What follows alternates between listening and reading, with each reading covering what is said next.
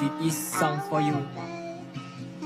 ตั้งแต่มีเจ้าเข้ามาหัวใจดวงนี้ก็เปลี่ยนไปจากที่เคยเป็นคนเก็บโตเป็นอินโทรเวิร์ดบนลมไผ่อยู่กับอยู่คนเดียวกินข้าวคนเดียวบ่ว่าจะอยู่ใส่ขอบใจที่โตจนนั้นมองเห็นและพร้อมจะเป็นคนคู่ใจ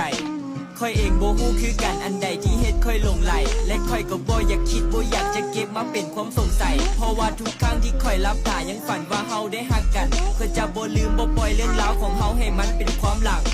ความฝันที่ค่อยได้วาดไว้มันคงบ่มีไผคาดได้ถึงว่าเป็นฝันเล็กๆแต่อาจจะมีเจ้าอยู่ก็เป็นได้ขอเพียงตัวเจ้าฮักแท้ตัวค่อยก็พร้อมจะรักษาจะบ่โยนหัวใจเจ้าทิ่มคือกับค่อยนั้นโยนพักป่าค่อยมักเบิ่งปัจจุบันบ่ค่อยสนหยังกับอดีตอยากให้ฮู้ไว้สิ่งหนึ่งคือโตค่อยนั้นฮักเจ้ากว่าไผอีก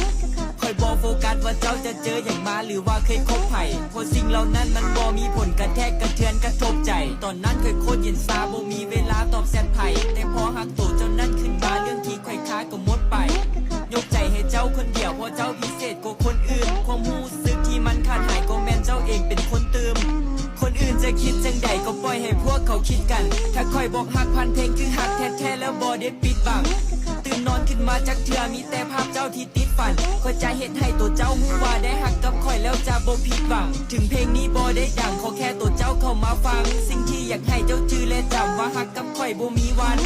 เสียใจฮับห้องได้เลยเอาใจคงค่อยเป็นปากกันใจเฮ็ดให้เสียใจได้แนวใดพอเจ้าประเก่งประไก่ดังพระจันทร์ค่อยหลงจมปากเจ้าหลายคือคนถึกของถึกกระถามันคือมนต์สะกดจดจ่อให้อยู่กับเจ้าคำเว้าและวาจาค่อยบ่มักแสดงออกและบ่เก่งดอกเรื่องภาษาเลยถ่ายทอดออกมาเป็นก่อนผ่านขันคิดเขียนด้วยปากกา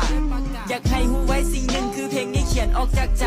บ่ต้องบอกกันน่าจะฮู้อยู่ดอกว่าเพลงนี้ค่อยมอบให้ไผค่อยบ่สัญญาว่าจะฮักเจ้าคนเดียวตลอดไปแต่ค่อยจะเฮ็ดทุกวันให้ดีที่สุดให้มีความสุขอยู่ปลอบใจ